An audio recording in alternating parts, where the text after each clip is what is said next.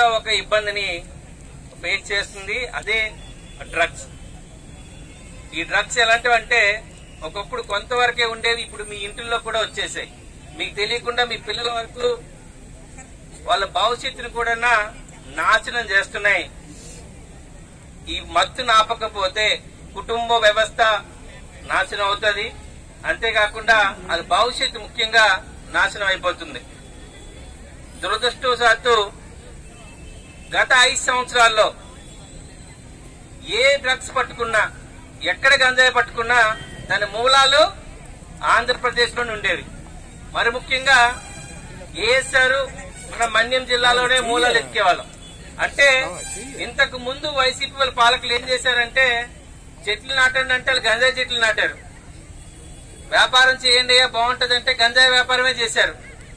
దాని ఫలితాలే 10th class పిల్లల నుంచి ఇంటర్మీడియట్ పిల్లల వరకు ఎక్కడెళ్ళన్నా పార్వతీపురం ఒక పవిత్రతని, మనకు అలాంటి అలవాటే లేదు.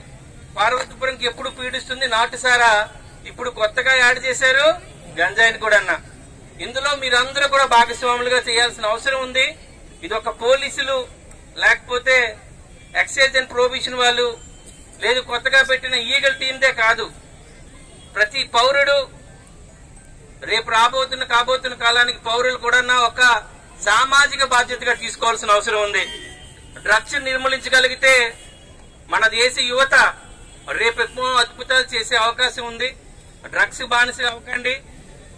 మన ప్రభుత్వం వచ్చిన తర్వాత, దీనిపైన కూటమి ప్రభుత్వం వచ్చిన తర్వాత ప్రత్యేకంగా మంత్రుల్ని కమిటీలో వేసి ఒక ప్రణాళికతో ప్రతి ఒక్కరిని అలర్ట్ చేస్తూ ఎక్కడైతే పండిస్తున్నారో వాటికి డ్రోన్ సహాయంతో, టెక్నాలజీ సహాయంతో కూడా నిరోధించడం జరిగింది.